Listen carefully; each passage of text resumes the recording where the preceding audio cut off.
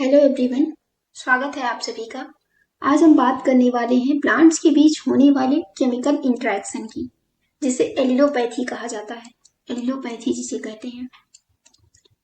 दोस्तों, क्या आपने कभी सोचा है कि कुछ प्लांट्स के नीचे दूसरे प्लांट्स या फिर वेड ग्रोथ नहीं करते हैं, उनकी ग्रोथ रुक जाती है। तो ऐसा क्यों है? क्या ऐसा सनलाइट की वजह से है? बिल्कुल नहीं। इसमें एलिलोपैथी का इफेक्ट होता है। कुछ प्लांट्स को 4 चीजों की नीड होती है: सनलाइट की, न्यूट्रिएंट्स की, वाटर की और स्पेस की। तो ये एलिलोपैथी जो इफेक्ट करते हैं ये प्लांट्स दूसरे प्लांट्स की कंपटीशन को के बीच होने वाले कंपटीशन को रोकने के लिए, ताकि उन्हें स्ट्रगल ना करना पड़े, अपने आसपास के वातावरण में कुछ केमिकल्स को रिलीज करते हैं। इन केमिकल के इंट्रैक्शन को एलिलोपैथी कहा जाता है। अब हम देखेंगे व्हाट इज एलिलोपैथी।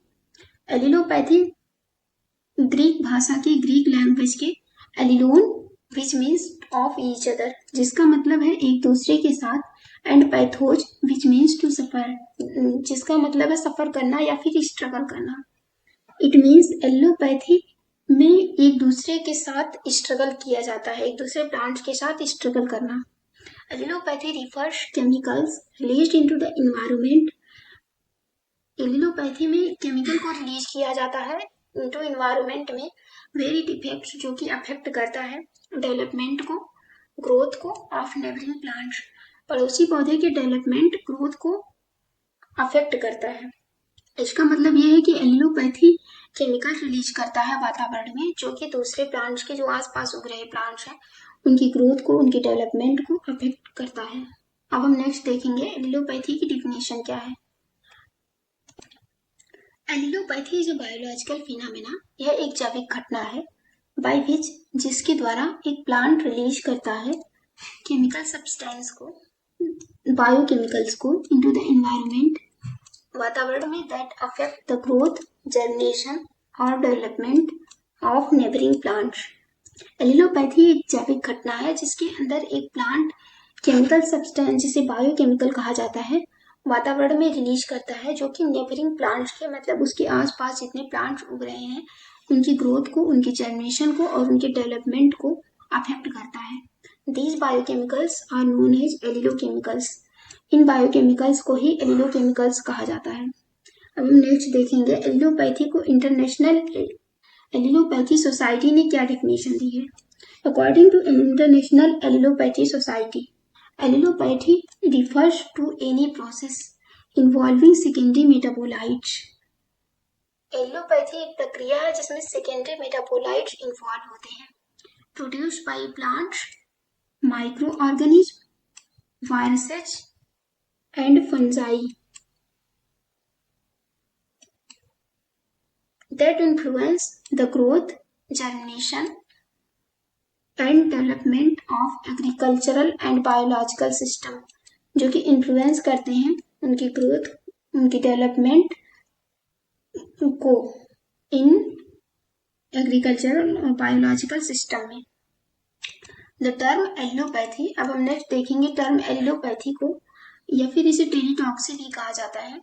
एलिलोपैथी या टेलीटॉक्सी टर्म को सबसे पहले हंस मोलिश ने दिया था। हंस मोलिश ने इन 1937 में एलिलोपैथी टर्म को या टेलीटॉक्सिक टर्म को सबसे पहले हंस मोलिश ने 1937 में दिया था। Allelopathic substance was first detected या फिर discovered by Davis in black walnut tree, Juglans nigra. Allelopathic substance को सबसे पहले डेविस ने black walnut tree, Juglans nigra में डिस्कवर किया था।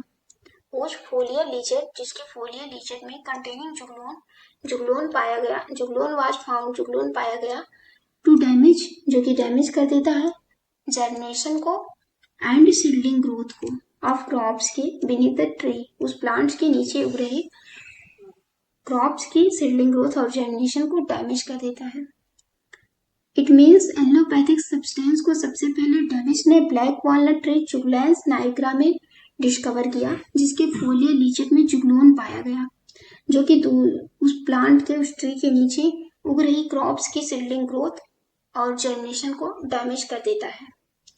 Allelopathy is characteristic of certain plants, algae, bacteria, coral and fungi.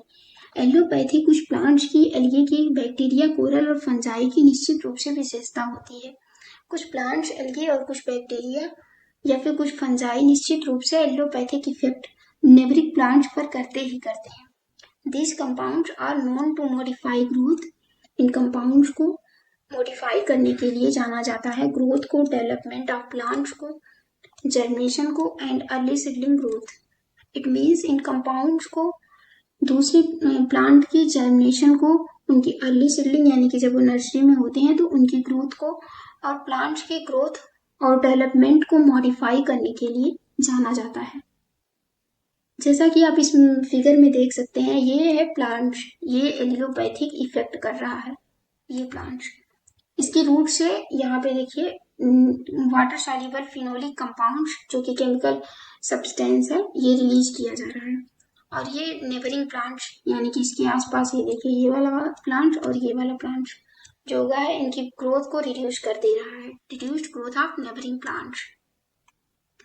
ये तो हुई किताबी बातें। अब हम इसे एक साइंस की तरह नहीं बल्कि एक लड़ाई की तरह समझते हैं। मान लेते हैं एक पड़ोसी है जो कि ईर्ष्यालु और झगड़ालू है। वो क्या करता है, वो सोचता है कि मेरे आसपास कोई ना रहे, मुझे कोई संसाधनों की दिक्कत ना हो, तो वो इसके लिए क्या करेगा, वो अपने घर का जो गंदा पानी है, जो कचरा है, वो दूसरे के घर के सामने ले जाकर फेंक देगा। तो इससे क्या होगा, वो दूसरा पड़ोसी परेशान होकर वहां से चला जाता है। तो सेम ऐसा ही प्लांट्स के बीच में होता है। प्लांट्स क्या करते हैं, जब इनको कम्पीट करना पड़ता है दूसरे प्लांट्स के साथ, इनको संसाधनों में दिक्कत होती है, तो ये अपने आसपास कुछ केमिकल्स रिलीज कर देते हैं, जिसकी वजह से दूसरे प्लांट्स उग ही नहीं पाते, या फिर उगते हैं तो उनकी ग्रोथ रिड्यूस हो जाती है। इस केमिकल इंटरेक्शन को ही हम एलिलोपैथी कहते हैं। अब हम नेक्स्ट देखेंगे सोर्स ऑफ एलिलोपैथी। एलिलोपैथी का सोर्स क्या है? आखिर एलिलोपैथी का सोर्स क्या है? ये केमिकल्स निकलते कहाँ से हैं? तो ये एलिलोपैथी में केमिकल्स जो है वो प्लांट के किसी भी ऑर्गन से, चाहे वह रूट्स हों, सीड्स हों या फिर लीव्स हों, किसी भी ऑर्गन से निकलते हैं। बट ये कुछ प्लांट्स में लीव्स और सीड्स के द्वारा ही मोस्टली निकलते हैं। एलिलोपैथी में ये केमिकल्स मुख्य रूप से 4 तरीके से वातावरण में रिलीज किए जाते हैं। फर्स्ट है वोल्टिलाइजेशन एंड सेकेंड है डिकम्पोजिशन, थर्ड है रूट एक्सुडेशन यानी कि रूट से निकलते हैं, एंड फोर्थ है लीचिंग। तो सबसे पहले फर्स्ट हम देखेंगे वोल्टिलाइजेशन के थ्रू। वोल्टिलाइजेशन में क्या होगा, इसमें देख लेते हैं। वोल्टिलाइजेशन में क्या होगा, ये लीव्स से कुछ केमिकल्स देखिए वातावरण में रिलीज हो रहे हैं और यहाँ से ये वातावरण में फैल जाएंगे और दूसरे प्लांट्स की ग्रोथ और डेवलपमेंट को हानि पहुंचाएंगे, अपने अफेक्ट करेंगे। और सेकेंड है लीचिंग के द्वारा। लीचिंग द्वारा जब प्लांट्स की लीव्स पर ये केमिकल रिलीज कर दिए जाते हैं, मान लेते हैं इस लीव्स पर ये केमिकल रिलीज कर दिया गया, अब यहाँ पर रेनफॉल होगी, रेनफॉल या फिर फ्यू या फिर ओस की बूंदें पड़ेंगी, इस पर वाटर पड़ेगा, तो ये क्या करेंगे, ये केमिकल्स लीच होकर लीच आउट हो जाएंगे इस लीव से और सॉइल में आकर मिल जाएंगे और यहाँ से दूसरे प्लांट्स इसको एब्जॉर्ब कर लेंगे। जैसे हम हैंड वॉश करते हैं तो हमारे हाथ में जो भी गंदगी होती है, धूल होती है, ये सब पानी के थ्रू बहकर नीचे चली जाती है। ठीक ऐसे ही जब प्लांट्स की पत्ती पर ये केमिकल सब्सटेंस होता है तो ये वहां से जब रेनफॉल या फिर ओस पड़ेगी तो पानी के थ्रू ये नीचे चला आएगा और सॉइल में मिल जाएगा और इसे दूसरे प्लांट्स एब्जॉर्ब कर लेंगे। एंड थर्ड है डिकम्पोजिशन के द्वारा।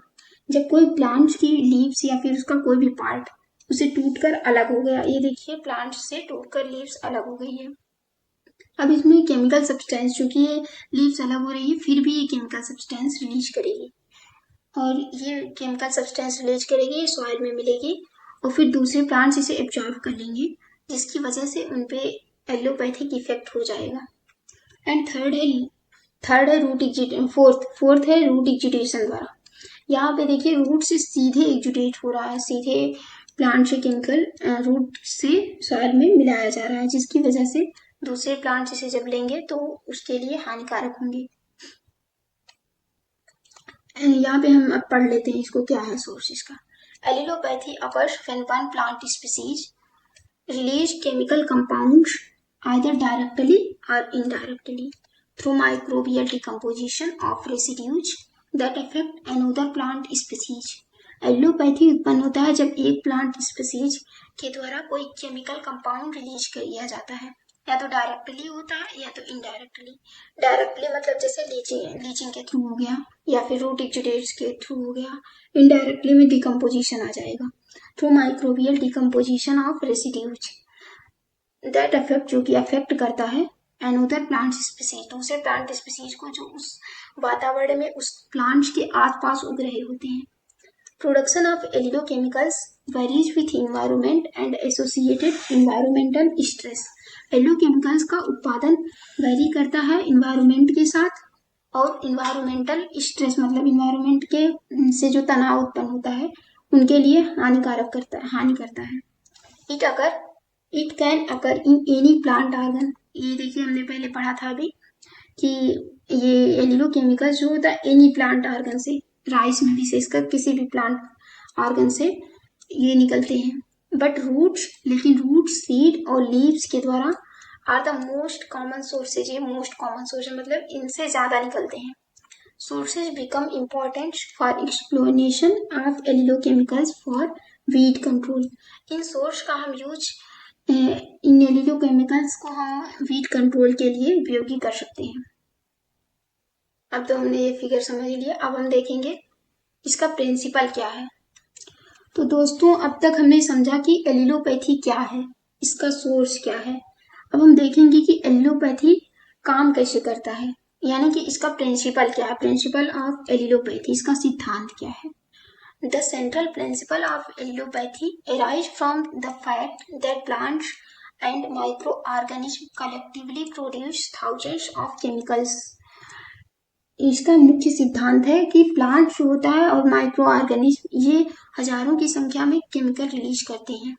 And many of these chemicals, और इसमें से बहुत सी केमिकल रिलीज किए जाते हैं प्रोड्यूसिंग ऑर्गेनिज्म के द्वारा, प्रोड्यूसिंग ऑर्गेनिज्म से बाय लीचिंग के थ्रू, एक्जुडेशन के थ्रू। अभी तो हमने ये पढ़ा था, लीचिंग, एक्जुडेशन, वोल्टेलाइजेशन और डिकम्पोजिशन प्रोसेस के थ्रू ये प्रोड्यूसिंग ऑर्गेनिज्म केमिकल्स को रिलीज करते हैं।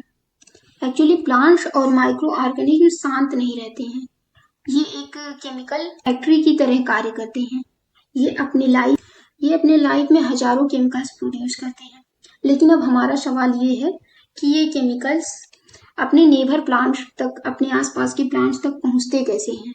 ये मुख्य रूप से चार तरीकों से पहुंचते हैं, लीचिंग द्वारा, एक्जुडेशन द्वारा, वोल्टेलाइजेशन द्वारा और डिकम्पोजिशन द्वारा।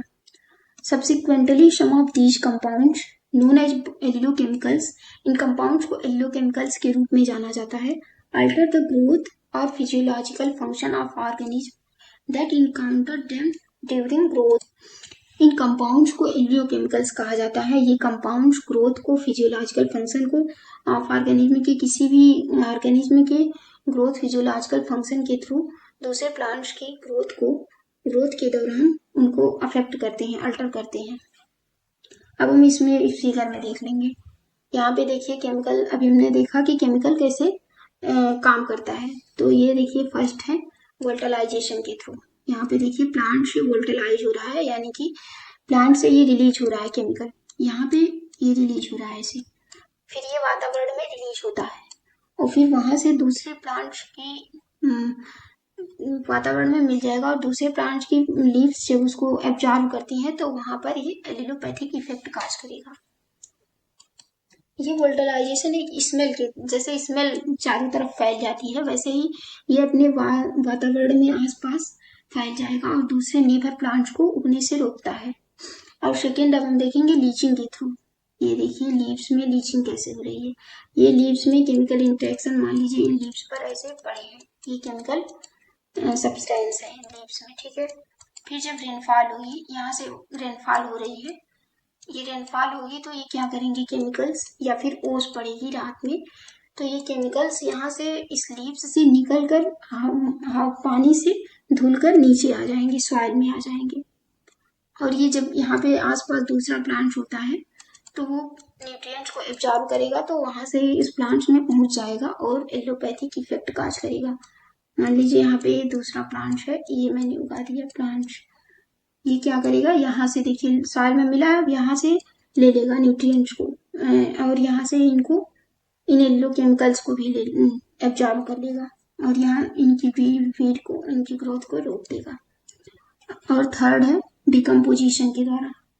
ये देखिए यहाँ पर जो प्लांट ऑर्गन, कोई भी प्लांट ऑर्गन जब इससे टूट कर अलग हो जाता है, यहाँ पर देखिए पत्ती जो है वो प्लांट से अलग है, टूट कर अलग हुई, यहाँ पर भी देखिए ये जब यहाँ से डिकम्पोज होगी तो इनमें केमिकल रिलीज होगा और ये केमिकल सॉइल में मिल जाएगा, फिर वहां से दूसरे प्लांट इसको एब्जॉर्ब कर लेंगे।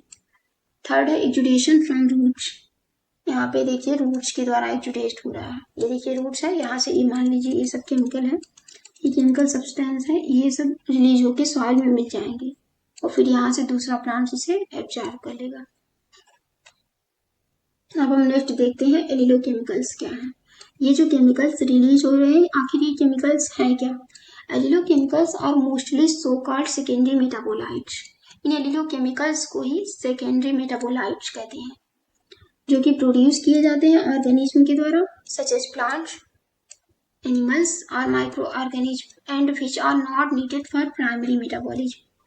इन सेकेंडरी मेटाबोलाइट्स की प्राइमरी मेटाबॉलिज्म के लिए प्लांट्स को, एनिमल्स को या फिर माइक्रो ऑर्गेनिज्म को कोई ज़रूरत नहीं होती है, फिर भी ये यहाँ पे रिलीज किए जाते हैं।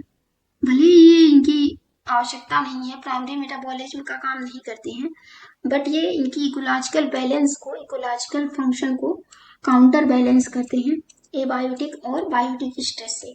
यानी कि इन प्लांट्स को एबायोटिक, जैविक या फिर अजैविक कारकों से के स्ट्रेस से होने वाले तनाव से, जैसे कि उनको न्यूट्रिएंट्स की कमी है, तो दूसरे प्लांट्स अगर नहीं रहेंगे तो उन्हें कोई कंपटीशन नहीं रहेगा, या फिर वाटर की कमी है, ये हो गया एबायोटिक फैक्टर, तो ये इकोलॉजिकल फंक्शन में काउंटर बैलेंस का कार्य करते हैं।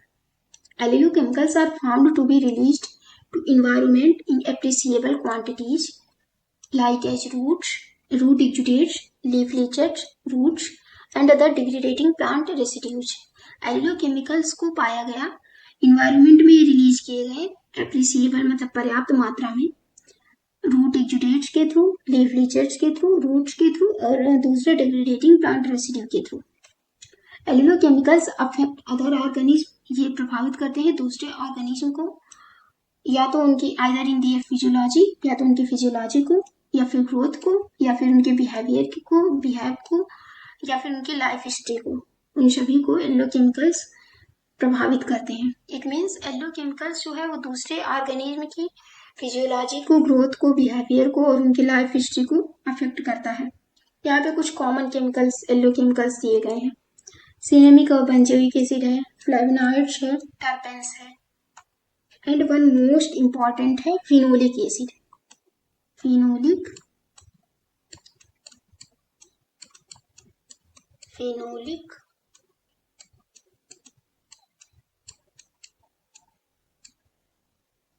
ये हो गया फिनोलिक एसिड, ये सबसे ज्यादा जरूरी एलिलोकेमिकल है। अब हम नेक्स्ट देखते हैं allelochemicals are released in the form of. Allelochemicals किस फॉर्म में प्लांट के द्वारा रिलीज किए जाते हैं? फर्स्ट है प्लांट रेसिड्यू डिकम्पोजिशन के द्वारा। यहाँ पे देखिए हम प्लांट रेसिड्यू डिकम्पोजिशन के द्वारा कैसे रिलीज हो रहे हैं allelochemicals. Release from dead plant tissues and worn out tissues. ये डेड प्लांट टिश्यूज और वार्म आउट टिश्यूज के द्वारा रिलीज किए जाते हैं। Greater quantity produced under ultraviolet light, long days, mineral deficiency condition, drought stress and cold temperature. ये allelochemicals जो है प्लांट रेसिड्यू के थ्रू ज्यादा मात्रा में कब रिलीज होते हैं? जब अल्ट्रावायलेट लाइट होती है, बड़ा दिन होता है, मिनरल्स की कमी होती है, ड्रॉट स्ट्रेस होता है मतलब वाटर की भी कमी होती है, एंड कूल टेम्परेचर और ठंडा तापमान होता है। तो ऐसी कंडीशन में प्लांट रेसिड्यू के डिकम्पोजिशन से एलिलोकेमिकल्स रिलीज किए जाते हैं। Like as lentil, sunflower, mustard, wheat and rice. ये लेंटिल में, सनफ्लावर में, मस्टर्ड, व्हीट और राइस में के रेसिड्यूज में डिकम्पोज किए जाते हैं। जैसे आपने कहीं देखा होगा राइस का अगर पुआल है या फिर व्हीट का स्ट्रा है, भूसा है इसका, या फिर मस्टर्ड का भी रेसिड्यू है, तो वहाँ पर कोई वीड अगर है खेत में पड़ा है तो वहाँ पर कोई वीड या फिर कोई क्रॉप नहीं होता है, क्योंकि यहाँ पर येलो केमिकल्स उसके द्वारा रिलीज किया जा रहा है जो कि दूसरे वीड या फिर क्रॉप को उगने नहीं देता है। जैसे हम मस्टर्ड के खेत में अगर मस्टर्ड का रेसिड्यू पड़ा है तो उसे हटाकर ही दूसरी क्रॉप लगाते हैं, क्योंकि हमें पता है कि येलो केमिकल रिलीज कर रहे हैं, जिसकी वजह से ये प्लांट या फिर वहाँ पर वीड कोई उगेगा नहीं। एंड नेक्स्ट हम देखते हैं नेक्स्ट येलो केमिकल्स कहाँ से रिलीज हो रहा है, रूट एक्जुडेशन के द्वारा। यहाँ पे हम देख सकते हैं एक्जुडेटेड बाई रूट्स। इस फिगर में देखिए यहाँ पे रूट्स के द्वारा ये एक्जुडेट हो रहे हैं सीधे सॉइल में direct, released by roots of some plants like as maize, cotton, sorghum and wheat. Leaf leachates के थ्रू। थर्ड है लीफ लीचेट्स के थ्रू। लीफ में लीचिंग होगी, यानी कि लीफ पे मान लीजिए लीफ पे यहाँ देखिए लीचिंग ऑफ एलिलो केमिकल्स, ये लीफ पर पड़े हैं और यहाँ पर रेनफॉल वगैरह होगी तो यहाँ से लीच आउट होकर सॉइल में मिल जाएंगे। यहाँ पर दिया भी गया लीचिंग ऑफ एलिलो केमिकल्स, एलिलो केमिकल्स की लीचिंग हो रही है लीफ से, लीफ लीचेट से। Released from foliage in some plants like as eucalyptus। मुख्य रूप से यूकेलिप्टस में लीफ लीचेट होता है, लीफ लिटर के थ्रू होती है। It is mostly found in perennial plants, ये मुख्य रूप से पेरिनियल प्लांट्स में पाया जाता है। Because in annual wheat litre production is sufficient, क्योंकि एनुअल वीट जो होता है वो लीफ लीटर को पर्याप्त मात्रा में दिखाते हैं to show the affect on another plant due to short life span. Seed leachates, seed पर पड़े रहेंगे ये केमिकल्स।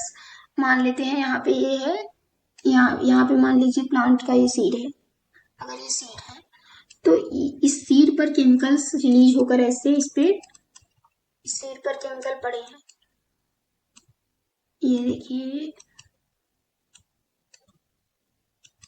यहाँ पे देखिए ये सीड पर केमिकल पड़े हैं। अब ये केमिकल लीच आउट हो जाएंगे जब रेनफॉल होगी या फिर ये किसी तरह वाटर के कांटेक्ट में जाएंगे तो यहाँ से ये लीच आउट होकर सॉइल में पहुंचेंगे, तो दूसरे प्लांट्स के द्वारा ये एब्जॉर्ब कर लिया जाएगा। इसमें दिया गया ये वाला है डोनर प्लांट, ये येलो केमिकल दे रहा है, ये एक्सेप्टर वीड है या फिर एक्सेप्टर प्लांट है, ये येलो केमिकल्स को ले रहा है और ये अपनी ग्रोथ को इससे इसकी ग्रोथ रुक जाती है। अब हम नेक्स्ट देखेंगे फॉर्म ऑफ एलिलोपैथिक इंट्रैक्शन। इसका फॉर्म क्या है, एलिलोपैथिक इंट्रैक्ट किस रूप में होता है। अब हम देखेंगे एलिलोपैथिक इंट्रैक्शन किस फॉर्म में हो रहा है, किस रूप में हो रहा है। क्रॉप अगेंस्ट क्रॉप, ये एलिलोपैथिक इफेक्ट एक क्रॉप से दूसरी क्रॉप पर हो रहा है। ये मान लीजिए यहाँ पे क्रॉप है, ये एलिलोपैथिक इफेक्ट ऑन अदर क्रॉप, चूंकि ये क्रॉप से क्रॉप पे हो रहा है तो इसको फाइटोटॉक्सिक कहेंगे, फाइटोटॉक्सिसिटी रिलीज कर रहा है। फर्स्ट है sunflower, groundnut under intercropping system. जब ग्राउंडनट को सनफ्लावर के फील्ड में इंटरक्रॉपिंग सिस्टम में ग्रो किया गया है तो ये ग्राउंडनट की सनफ्लावर जो है वो ग्राउंडनट के ऊपर एलोपैथिक इफेक्ट काज करेगा और उसकी ग्रोथ को रोक देगा। सेकेंड है eucalyptus, vegetables and some field crops under intercropping system. Eucalyptus के नीचे आपने यूकेलिप्टस सफेदा, इसके नीचे आपने देखा होगा कोई वेजिटेबल्स या फिर फील्ड क्रॉप्स नहीं उगती हैं इंटरक्रॉपिंग सिस्टम में, अगर उनको लगाया गया तो वो नहीं उगेंगे क्योंकि इनमें ज्यादातर लीफ लीचेट होता है, लीव्स इनमें ज्यादा होती है जिसकी वजह से एलिलो केमिकल्स अधिक मात्रा में रिलीज होते हैं। नेक्स्ट है लेंटिल रेसिड्यू, लेंटिल के रेसिड्यू यानी कि लेंटिल अगर सूख गया है प्लांट उसके बाद भी उसका जो अवशेष बचा है उसमें से ये एलिलो केमिकल्स रिलीज होंगे और वीट की ग्रोथ को अफेक्ट करेंगे। अगर वीट उसमें लगाया गया तो वीट को उगने नहीं देंगे। Sunflower and mustard residue, sunflower या फिर मस्टर्ड का रेसिड्यू है तो ये सेवरल क्रॉप में, बहुत सारे क्रॉप में, यानी कि मस्टर्ड का अगर कहीं रेसिड्यू है तो वहां पर हम अक्सर कोई क्रॉप्स नहीं लगाते हैं क्योंकि वो उनकी ग्रोथ को, उनके जर्मिनेशन को अफेक्ट करेगा। सॉर्गम, नेक्स्ट सॉर्गम, सॉर्गम क्या करेगा, वीट और फेलरिस माइनर, फेलरिस माइनर गिल्ली डंडा, इसको गिल्ली डंडा भी कहते हैं। ये फेलरिस माइनर वीड है और वीट के फील्ड में होता है। वीट और फेलरिस माइनर की ग्रोथ को सॉर्गम रोक देता है। अगर उसमें सॉर्गम लगाने के बाद वीट और फेलरिस माइनर उगाया गया है तो उसकी ग्रोथ को रोकेगा। नेक्स्ट है sweet potato, sweet potato cowpea की ग्रोथ को रोकता है। अब हम नेक्स्ट देखेंगे क्रॉप अगेंस्ट वीड्स। इसमें क्रॉप जो है वीड्स के अगेंस्ट है, यानी कि एक क्रॉप जो है वो वीड को उगने नहीं देगी। sorghum releases yes hydrocyanic acid. sorghum hydrocyanic acid SCN को रिलीज करता है एंड सप्रेस करता है मेनी वीड्स को, बहुत सारे वीड्स को सप्रेस कर देता है, दबा देता है, ग्रोविंग इनविग्निटी, ताकि वो उग नहीं पाते हैं। बार्ले बार्ले जो होता है वो प्रोड्यूस करता है ग्रामाइन। ये ग्रामाइन नामक एक पदार्थ प्रोड्यूस करता है, जो कि ग्रामाइन जो है वो एक एल्कलॉइड है। Which inhibits the weed growth, जो कि रोक देता है वीड की ग्रोथ को। Crop against crop, crop against weeds, ये है क्रॉप्स, ये क्रॉप्स है और ये allelopathic effect on weeds.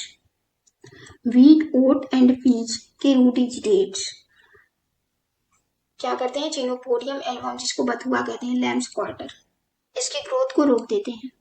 Feed straw, गेहूं का जो भूसा है वो कोल्ड वाटर एक्सट्रैक्ट, इसकी कोल्ड वाटर एक्सट्रैक्ट की कंडीशन में वहां पर पानी भरा होता है, वहां पर ये आइपोमिया और एबुटिलान वीड की ग्रोथ को रोक देता है। मेज की जो रूट्स होती हैं ये चिनोपोडियम एल्बम और अमेरेंथस रेट्रोफ्लेक्सस की ग्रोथ को रोकती हैं। शॉर्गम, शॉर्गम का सूट्स और फोलिएज अमेरेंथस हाइब्रिडस, सिटेरिया विरिडिस और एबुटिलान थियोफ्रेस्टी की ग्रोथ को रोक देता है। स्वीट पोटैटो, स्वीट पोटैटो जो है वो साइप्रस स्कुलेंटस यानी कि मोथा की, साइप्रस रोटेंडस मोथा की एक ही प्रजाति है, नटसेज जिसको नटसेज बोला जाता है, उसकी ग्रोथ को रोक देता है। कुकुम्बर है नेक्स्ट, इस्नोक्लोक्रुस्टियली अमरेंथस रेट्रोफ्लेक्सस, इस्नोक्लोक्रुस्टियली अमरेंथस रेट्रोफ्लेक्सस की ग्रोथ को कुकुम्बर रोक देता है। हम नेक्स्ट देखेंगे वीड अगेंस्ट क्रॉप्स। कुछ वीड जो होते हैं क्रॉप्स के अगेंस्ट होते हैं, यानी कि वो क्रॉप को नहीं होने देते। अवेना फतुआ और फेलरिस माइनर, ये वीड जर्मिनेशन को रोकता है। अमरेंथस स्पीसीज मेज और फिंगर मिलेट की, यानी कि मेज और रागी की, मक्के और रागी की ग्रोथ को रोकती है। अमरेंथस रेट्रोफ्लेक्सस ये क्या करता है, कैबेज और एग प्लांट यानी पत्ता गोभी और बैंगन की जर्मिनेशन को जर्मिनेट नहीं होने देता, उनकी सीड को जर्मिनेट नहीं होने देता। कैनाडा थिस्टल, इनके रूट एक्जुडेट से येलो केमिकल रिलीज होता है जो कि ओट को, जई को इंजर्ट कर देते हैं। साइप्रस स्कुलेंटस, इसके ट्यूबर्स, नट से जो मोथा होता है इसके रूट्स में ट्यूबर्स गांठें बनी होती हैं, ये गांठें जो होती हैं वो मेज की और ग्राउंडनट की ग्रोथ को रोक देती हैं और व्हीट में ड्राई मैटर प्रोडक्शन को कम कर देती हैं। धतूरा, धतूरा तो आपने सुना होगा, धतूरा species growth and germination of sunflower, sunflower की ग्रोथ और जर्मिनेशन को रोक देता है। सिलोसिया अर्जेंटीना, ये क्या करेगा, ये पल्ल मिलेट यानी कि बाजरे की ग्रोथ और जर्मिनेशन को कम करेगा। आर्जिमोन मैक्सिकाना, इसको सत्यानाशी भी कहते हैं, ये ग्रोथ और जर्मिनेशन को व्हीट और पल्ल मिलेट, गेहूं और बाजरे की ग्रोथ और जर्मिनेशन को रोक देता है। नेक्स्ट पार्थेनियम हिस्टोरोफोरस, इसको कैरेट क्रॉस भी कहते हैं, ये क्या करेगा, ये ग्रोथ और जर्मिनेशन ऑफ सार्गम एंड मेज, सार्गम और मेज की ग्रोथ और जर्मिनेशन, वृद्धि और अंकुरण को रोकेगा, जबकि व्हीट की ग्रोथ को रोकेगा। क्वार्क ग्रास, क्वार्क ग्रास का toxin of root leave and seeds, क्वार्क ग्रास जो होती है इसकी रूट्स, लीव्स और सीड से भी टॉक्सिसिटी का काम करती है। ये मेज में न्यूट्रिएंट अपटेक नहीं करने देती, मेज को न्यूट्रिएंट नहीं लेने देती है। तो हम नेक्स्ट पढ़ेंगे allelopathic effect on weeds on other weeds. Allelopathic, अब तक तो हमने देखा था कि एलिलोपैथिक वीड इंटरेक्शन में क्रॉप दूसरी क्रॉप को अफेक्ट कर अगेंस्ट है, उनको अफेक्ट कर रही है। क्रॉप अगेंस्ट वीड्स, क्रॉप जो है वीड्स को अफेक्ट कर रही है, weed against crop, weed crop को अफेक्ट कर रहे हैं। अब हम देखेंगे वीड, एक वीड कैसे दूसरे वीड की ग्रोथ को रोक देगा, उस पर एलिलोपैथिक इफेक्ट का काम करेगा। Extract of leaf leachate of decaying leaves of polygonum, polygonum का लीफ लीचेट या फिर डिकेइंग लीव्स जो सड़ी गली पत्तियां हैं वो फ्लेविनॉइड कंटेन फ्लेविनॉइड्स रखती हैं। फ्लेविनॉइड्स एक पदार्थ है विच और टॉक्सिक, जो कि टॉक्सिसिटी का विषैला होता है, टॉक्सिक होता है, to germination, root and hypocotyl growth of weeds like amaranthus spinosus, यानी कि पॉलीगोनियम एक वीड है जो कि उसके लीफ लीचेट और डिकेइंग लीव्स यानी कि सड़ी गली पत्तियां ये फ्लेवोनॉइड्स नामक एक पदार्थ रखती हैं जो कि दूसरे वीड्स की हाइपोटाइल ग्रोथ, रूट और जर्मिनेशन के लिए टॉक्सिसिटी का काम करता है। Inhibitors secreted by decaying rhizomes of Sorghum helipense affect the growth of Digidaria, Sanguinensis and Amaranthus species. Sorghum helipense के rhizomes जो होते हैं वो अफेक्ट करते हैं डिजिटेरिया, सेंगुलेंसिस और अमेरेंथस स्पीसीज की ग्रोथ को। In case of Parthenium, daughter plants have allelopathic effect on parent plant. This is called autotoxic. ये एक मजेदार चीज है। पार्थेनियम के केस में क्या होता है, जो डॉटर प्लांट है ये एलोपैथिक इफेक्ट करेगा अपने पेरेंट प्लांट पर, यानी कि पेरेंट प्लांट से जो उसके सीड से जो दूसरे प्लांट्स उगे हैं, डॉटर प्लांट्स हैं, वो अपने पेरेंट को ही एलोपैथिक इफेक्ट काज करेंगे और उनको उनके ग्रोथ और डेवलपमेंट को रोक देंगे। इस प्रोसेस को हम ऑटोटॉक्सिक कहते हैं और ऐसे ही एक ऑटोटॉक्सिसिटी होती है। ऑटोटॉक्सिसिटी में क्या होती है, इसमें जो daughter plant allopathic effect parent plant पर कर रहा है, उसमें क्या होगा, पेरेंट प्लांट डॉटर प्लांट के जर्मिनेशन पर एलोपैथिक इफेक्ट काज करेगा। वीड्स अदर वीड्स पर कैसे कर रहा है, कसकूटा क्या करेगा, इचिकोर्निया क्रैसिप्स की वीट को नामक वीट को रोकेगा, उनकी ग्रोथ जर्मिनेशन को प्रभावित करेगा। केसिया और मैरीगोल्ड ये क्या करेंगे, पार्थेनियम हिस्टेरोफोरस कैरेट क्रॉस की ग्रोथ को रोकेंगे, उनके जर्मिनेशन को रोकेंगे। अमरेंथस स्पिनोसस ये भी पार्थेनियम की ग्रोथ को रोकता है। यूकेलिप्टस सफेदा ये क्या करेगा, साइप्रस रोटेंडस और साइप्रस डैक्टिलॉन को की ग्रोथ को रोकता है। सॉर्गम हेलिपेंस ये सिटाइरिस, डिजिटेरिया और अमरेंथस की ग्रोथ को रोकता है। अमरेंथस और ट्राइएंथेमा दो वीड हैं, ये क्या करेंगे, इचिनोक्लोआ कोलोनम की ग्रोथ को रोकते हैं। इम्पेरिटा सिलेंड्रिका ये बोरिया हिस्पिडा की ग्रोथ को रोकेगा। पॉलीगोनियम अभी हमने ऊपर भी पढ़ा था, यहाँ पे देखिए ये पॉलीगोनियम जो है फ्लेवोनॉइड से रखता है, जो कि अमरेंथस स्पिनोसस की ग्रोथ को, अमरेंथस स्पिनोसस की जर्मिनेशन को, हाइपोटाइल ग्रोथ को और रूट को अफेक्ट करता है। अब तक तो हमने पढ़ा कि एलिलोपैथिक इफेक्ट दूसरे प्लांट्स के लिए, वीड के लिए या फिर दूसरे क्रॉप के लिए कैसे हानिकारक है। इसको हम निगेटिव एलिलोपैथी कहते हैं। हमने तो एक टॉपिक छोड़ ही दिया, टाइप्स ऑफ एलिलोपैथी। एलिलोपैथी दो प्रकार की होती है, पॉजिटिव और निगेटिव। ये हो गया पॉजिटिव और ये हो गया निगेटिव। अभी तक हमने जो पढ़ा है एलिलोपैथिक दूसरे प्लांट्स के लिए हार्मफुल है, वो है निगेटिव एलिलोपैथी। और ये जो अब हम पढ़ेंगे पॉजिटिव कैसे अफेक्ट करेंगे। अगर ये उनके लिए बेनिफिशियल है, लाभदायक है, तो पॉजिटिव अफेक्ट करेंगे, इसको कहेंगे पॉजिटिव एलिलोपैथी। स्टिमुलेटरी इफेक्ट यानी कि उसके लिए उत्तेजना वाला जो काम करते हैं दूसरे प्लांट्स पर, उनके लिए लाभकारी होते हैं, उनका क्या प्रभाव है, इसे पॉजिटिव एलिलोपैथी कहते हैं। रूट एक्सुडेट्स ऑफ कॉर्न को मेज भी कहा जाता है। Promoted the germination of Orobanche minor and Striga hermonthica. Corn या मेज की रूट जो है वो ओरोबैंकी माइनर और स्ट्राइगा हार्मोन्थिका की जर्मिनेशन को प्रमोट करती है, उनको बढ़ावा देती है। काइनेटिन क्या करता है, एक्सुडेटेड बाय रूट सार्गम की रूट से काइनेटिन निकलता है, ये स्टिमुलेट करता है germination of seeds of Striga asiatica के सीड की जर्मिनेशन को उत्तेजित करता है, ताकि वो जल्दी से जर्मिनेट हो जाए, जल्दी से उनकी ग्रोथ हो जाए। थर्ड है स्ट्रिगॉल, स्टिमुलेंट फॉर वीट, ये वीट के लिए उत्तेजना का कार्य करेगा। Was identified in root exudates from cotton. Strigol जो है कॉटन से निकलता है, कॉटन के रूट एक्सुडेट से निकलता है, और ये वीट की स्टिमुलेंट को, ग्रोथ को स्टिमुलेंट करता है। एक ये हो गया पॉजिटिव इफेक्ट कर रहा है, तो इसके कहेंगे पॉजिटिव एलिलोपैथी। अब हम देखेंगे इन एलियो केमिकल से हम इंसेक्ट को कैसे मैनेज कर सकते हैं, मतलब उनसे हम क्या स्टिमुलेटरी इफेक्ट होगा।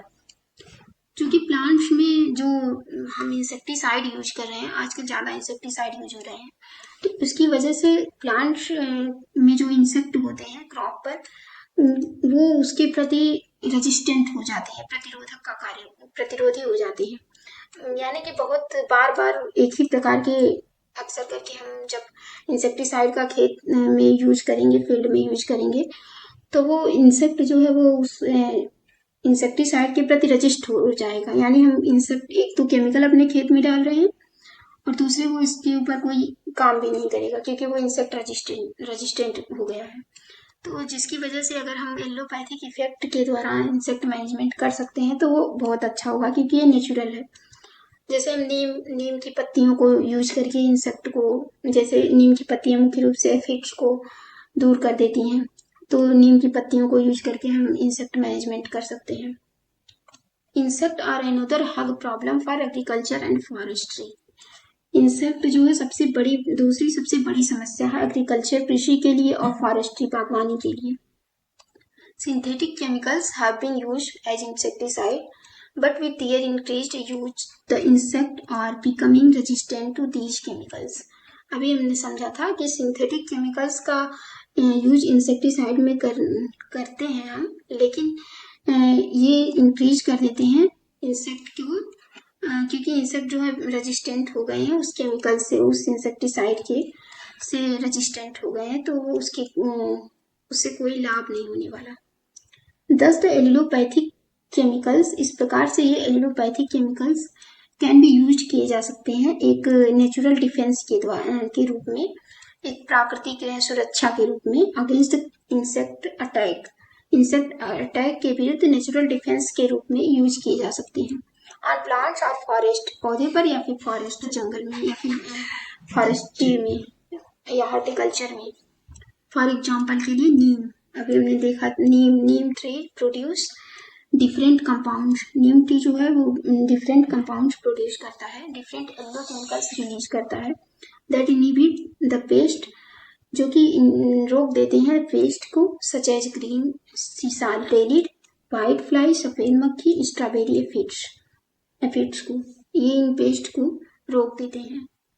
तो हम इस प्रकार नीम ट्री का यूज करके, नीम लीव्स का यूज करके खेत में इन व्हाइट फ्लाई से या फिर स्ट्रॉबेरी एफिड से बचा जा सकता है।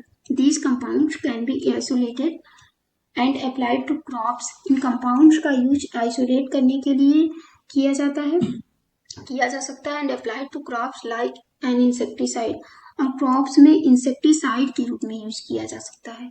Grow in rotation are use and green manure, इन क्रॉप्स को हम क्रॉप रोटेशन में ऐड कर सकते हैं, क्रॉपिंग सिस्टम में एक इन क्रॉप्स को भी जो कि इंसेक्टिसाइड के रूप में काज करती हैं, इनको यूज कर सकते हैं, लगा सकते हैं, या फिर ग्रीन मैन्योर के रूप में इसको यूज कर सकते हैं।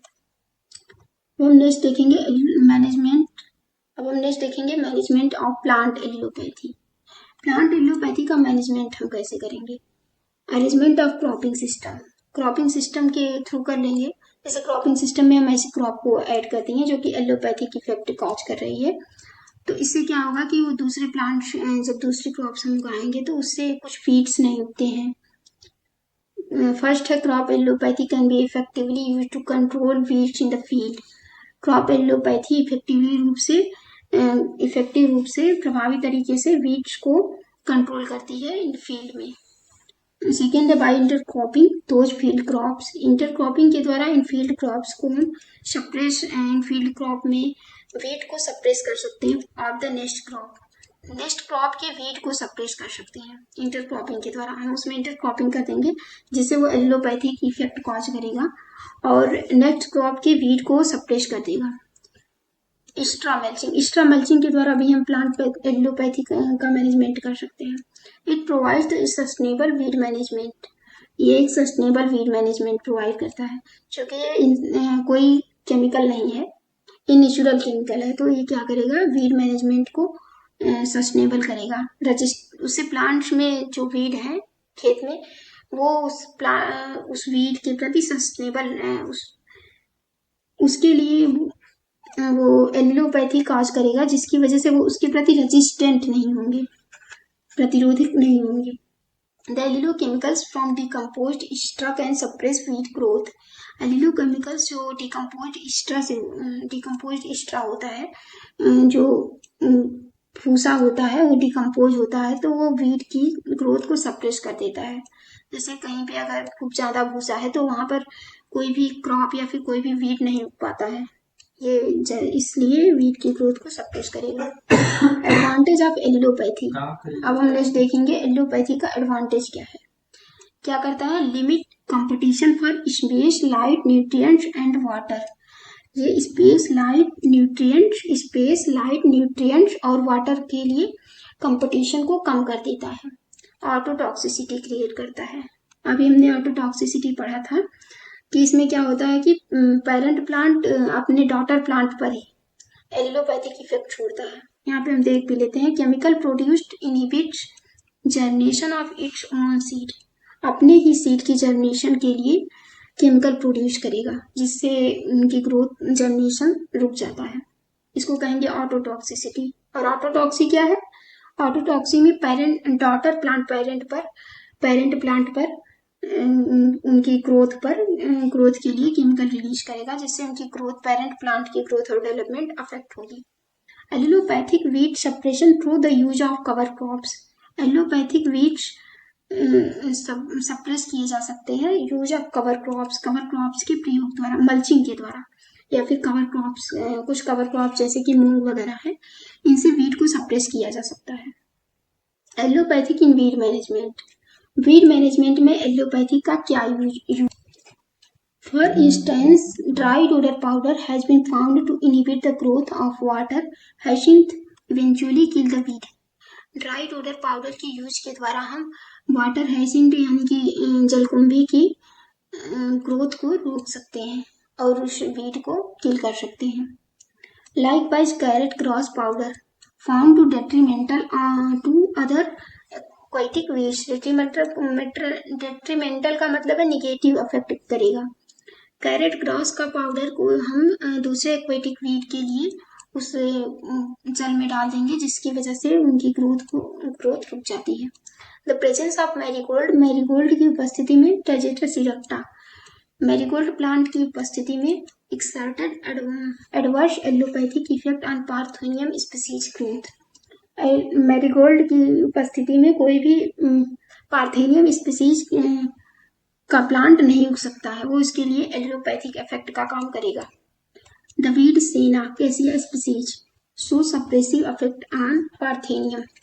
वीड सेना जिसको कैसिया स्पीशीज कहते हैं, यह क्या करता है, सप्रेसिव इफेक्ट ऑन पार्थेनियम पर सप्रेस करता है, उसके लिए निगेटिव इफेक्ट काम करता है।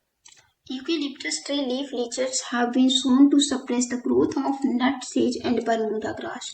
यूकेलिप्टस की ट्रीज से जो लीफ लीचेज होता है, लीफ द्वारा लीचिंग होती है केमिकल्स की, वो ग्रोथ ऑफ नटसेज यानी कि मोथा की और बरमूडा ग्रास की ग्रोथ को सप्रेस यानी कि कम कर देता है। मेज में क्या होता है, leaves and inflorescence of parthenium species affect germination and seedling growth. Parthenium species के इन्फ्लोरेसेंस और लीव्स को जर्मिनेशन एंड सीडलिंग ग्रोथ। मेज क्या करता है, ये पार्थेनियम स्पीशीज की लीव्स और इन्फ्लोरेसेंस को, उनके जर्मिनेशन को अफेक्ट करता है।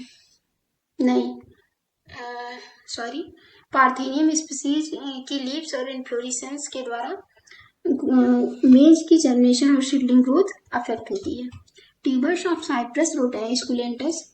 साइप्रस स्कुलेंटस की ट्यूबर्स अफेक्ट करती है द ड्राई मैटर प्रोडक्शन को ऑफ क्वार्क ग्रास के, जो कि प्रोड्यूस करती है टॉक्सिन रूट के थ्रू, लीव्स के थ्रू एंड सीड्स के through. Interfered with uptake of nutrients by corn. ये क्वार्क ग्रास जो है, ये कॉर्न यानी कि मेज को न्यूट्रिएंट्स अपटेक नहीं करने देती है। नेक्स्ट है वीट में क्या होता है, सीड्स ऑफ वाइल्ड ओट का बीज अफेक्ट करता है germination and early seedling growth को। Leaves of Parthenium affect general growth. Parthenium की पत्तियां सामान्यतः ग्रोथ को अफेक्ट करती हैं। Tubers of Cyperus rotundus affect dry matter production. ये सब तो हमने अभी ऊपर पढ़ा था। साइटोटोरंडस के ट्यूबर्स जो है वो ड्राई मैटर प्रोडक्शन को रिड्यूस करेगा, उनकी ग्रोथ नहीं होने देगा। Green and dried leaves of argemone Mexicana affect germination and seedling growth. Sunflower में सीड्स ऑफ धतूरा अफेक्ट जर्मिनेशन और ग्रोथ। धतूरा के सीड्स जो होते हैं वो सनफ्लावर की ग्रोथ और जर्मिनेशन को अफेक्ट करते हैं। Next sorghum, stem of Solanum affect germination and seedling growth. Sorghum की जर्मिनेशन और सीडलिंग ग्रोथ को सोलेनम नामक वीड जो उसका स्टेम है वो अफेक्ट करता है। Leaves and inflorescence of Parthenium affect germination and seedling growth. Parthenium की लीव्स और इन्फ्लोरेसेंस जो है वो जर्मिनेशन और सीडलिंग ग्रोथ को सॉर्गम के अफेक्ट करते हैं। अब हम नेक्स्ट पढ़ेंगे डेवलपमेंट ऑफ हर्बिसाइड फ्रॉम एल्लोकेमिकल्स। एल्लोकेमिकल्स से हर्बिसाइड का डेवलपमेंट कैसे होता है। With the increase use of herbicide, herbicide के अधिक बढ़ते यूज के साथ वीट बिकम रेजिस्टेंट, वीट प्रतिरोधी हो गया है अगेंस्ट दीज हर्बिसाइड, जैसे इंसेक्ट रेजिस्टेंट हो गए हैं एक ही प्रकार के केमिकल्स दवा का यूज करने से, वैसे ही वीड्स भी हर्बिसाइड का यूज करने से उस हर्बिसाइड के प्रति रेजिस्टेंट हो गए हैं। So herbicide with the new mode of action is needed today. इसलिए आज नए मोड ऑफ एक्शन की हर्बिसाइड की जरूरत है। तो हम यहाँ पे नेचुरल हर्बिसाइड एल्लोकेमिकल्स के थ्रू बना सकते हैं जिससे वीड्स भी नहीं उगेंगे और वो उनके प्रति रेजिस्टेंट भी नहीं होंगे। ये लॉन्ग टाइम के लिए सस्टेनेबल होता है। Various allelochemicals with herbicidal activity have been isolated from different crops and allochemicals with herbicidal activity can be categorized into two major groups, phenolics and terpenoids. बहुत से एल्लोकेमिकल्स हर्बिसाइड एक्टिविटी के साथ different crops और एल्लोकेमिकल्स के लिए herbicide activity को categorise करते हैं। फिनोलिक्स और टर्पेनॉइड्स ये केमिकल सब्सटेंस हैं जो कि प्लांट्स के द्वारा रिलीज किए जाते हैं। एक रिसर्च में स्टडी किया गया, रिपोर्टेड दैट फिनोलिक कंपाउंड्स, एक रिसर्च में स्टडी करके अध्ययन करके रिपोर्ट किया गया कि फिनोलिक कंपाउंड शो करता है देयर एलिलोपैथिक पोटेंशियल, उनके एलिलोपैथिक पोटेंशियल को, by inhibiting symbiotic relationship between rhizobium and legume, जो कि रोक देता है सिम्बायोटिक एसोसिएशन बिटवीन राइजोम और लेग्यूम। राइजोम और लेग्यूम के बीच जो सिम्बायोटिक एसोसिएशन होता है जिससे नाइट्रोजन सॉइल में फिक्स होता है उसको इनहिबिट कर देता है, रोक देता है। These natural phytotoxin offer a great opportunity. ये नेचुरल फाइटोटॉक्सिन ये एल्लोकेमिकल्स के द्वारा जो बनाए गए हैं वो एक बड़ा मौका देते हैं टू डेवलप करने के लिए हर्बिसाइड को with a safe mode of action. ये मैंने बताया ना, सस्टेनेबल मोड ऑफ एक्शन या फिर सेफ मोड ऑफ एक्शन। हम नेक्स्ट देखते हैं एल्लोपैथी का एप्लीकेशन क्या है इन एग्रीकल्चर में। दोस्तों हमने देखा कि अब तक हमने देखा कि प्लांट्स होते हैं वे एक दूसरे से लड़ते हैं, एक दूसरे से फाइट करते हैं, केमिकल इंटरेक्शन उन पे रिलीज करते हैं, एल्लोकेमिकल्स निकालते हैं। तो हम इस एल्लोकेमिकल्स का लाभ कैसे उठा सकते हैं, अब हम जानेंगे इससे हमें लाभ कैसे हो सकता है। तो सबसे पहले नेचुरल वीड कंट्रोल हम एलोपैथी के थ्रू कर सकते हैं। यहाँ पे हमने देखा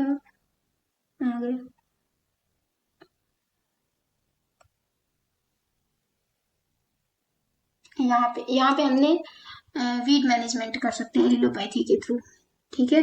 फिर सेकंड है एलोपैथी के थ्रू इंसेक्ट का मैनेजमेंट कर सकते हैं।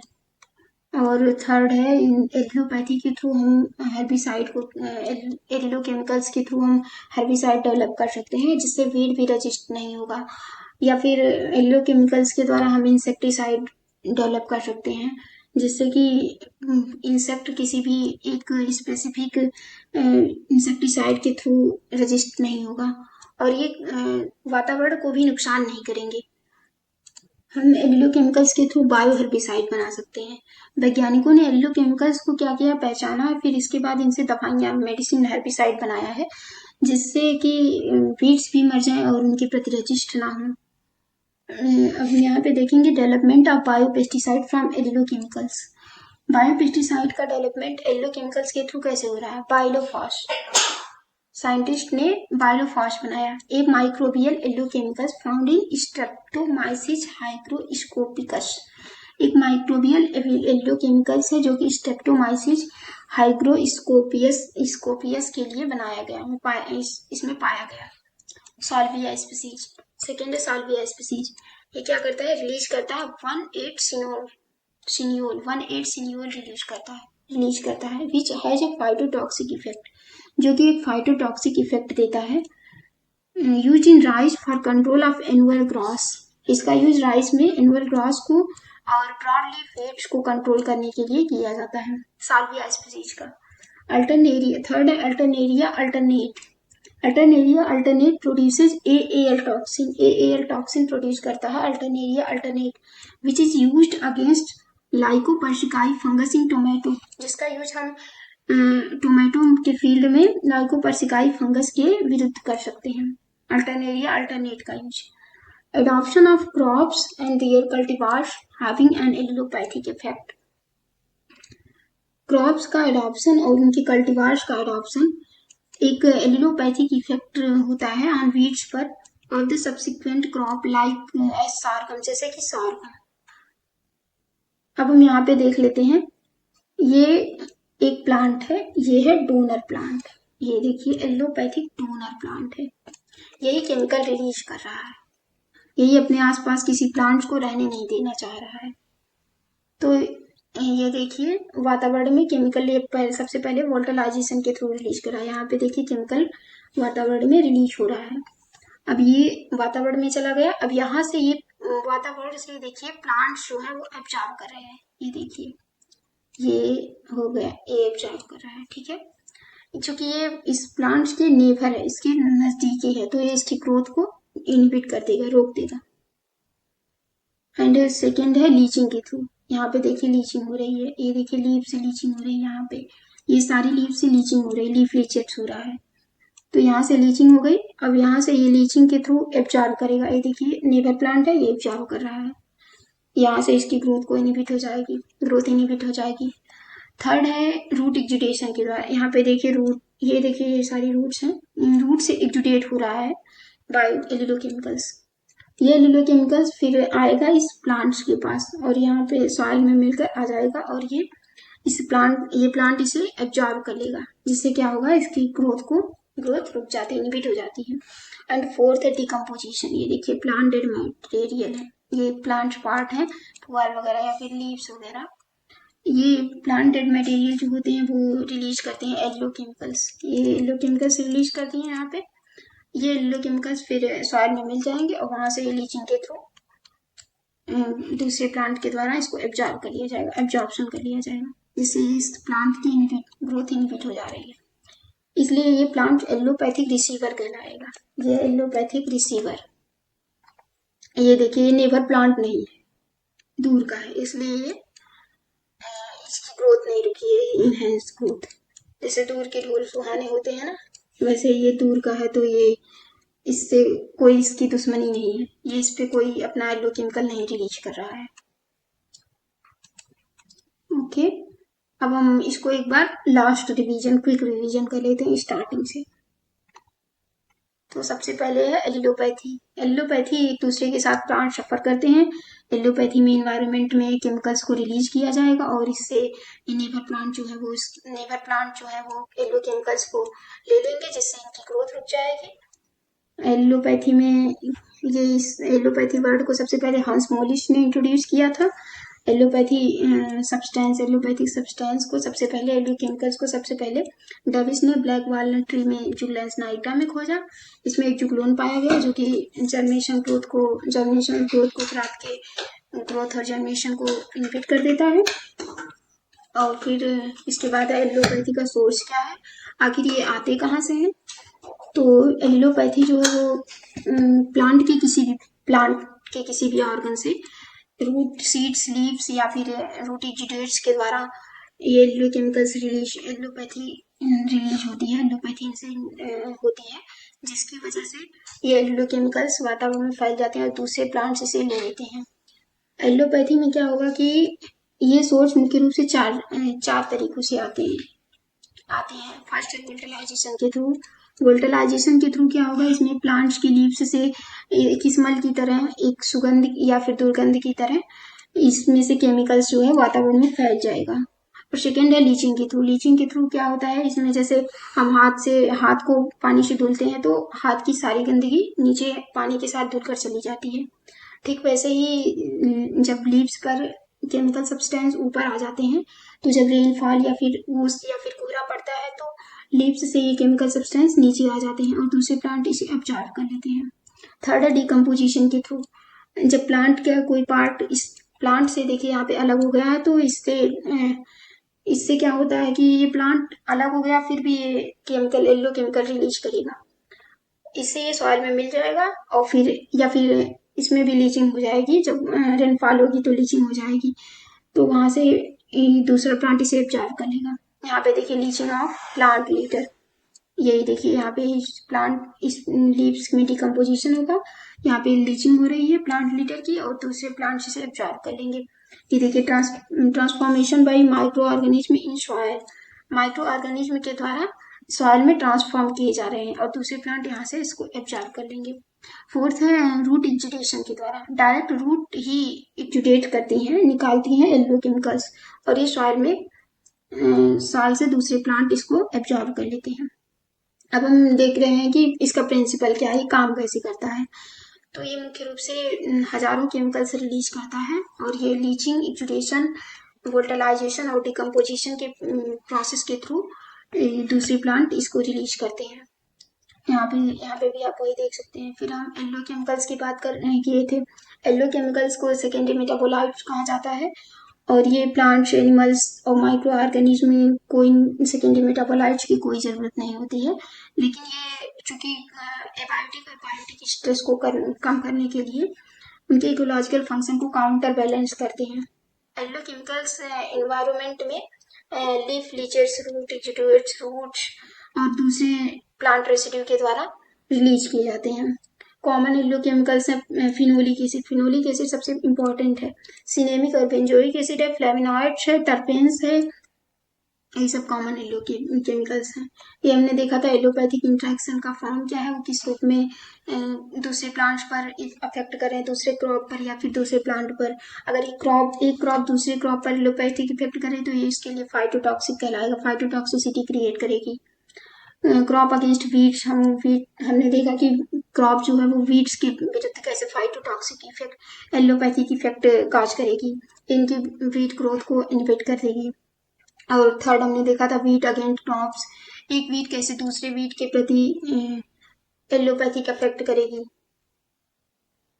अब हमने ये देखा था टाइप्स ऑफ एलोपैथी का देखा था, पॉजिटिव एलोपैथी और निगेटिव एलोपैथी।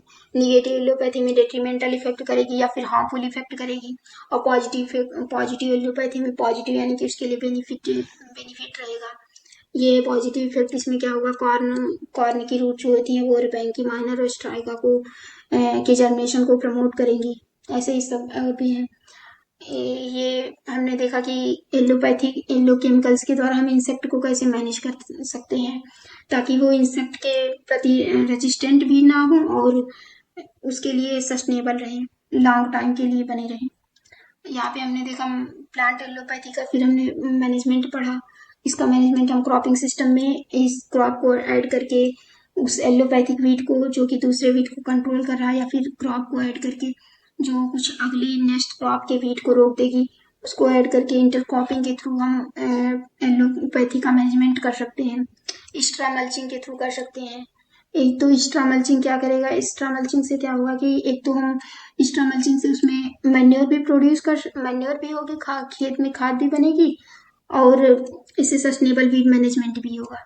ये तो जैसे आम गुठलियों के दाम, वही बात हो गई, आम भी मिल गया, गुठली भी मिल गई, गुठली का भी दाम मिल गया।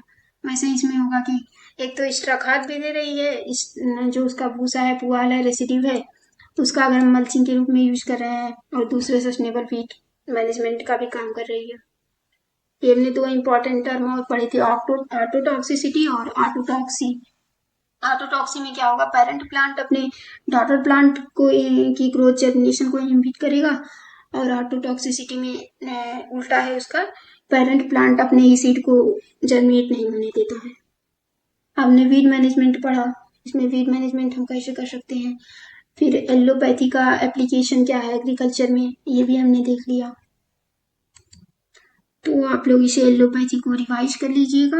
हमें लगता है समझ में आ गया, फिर भी अगर नहीं समझ में आया तो आप इसे एक बार कमेंट कर सकते हैं या फिर हमसे कुछ भी पूछ सकते हैं। Thank you for your support.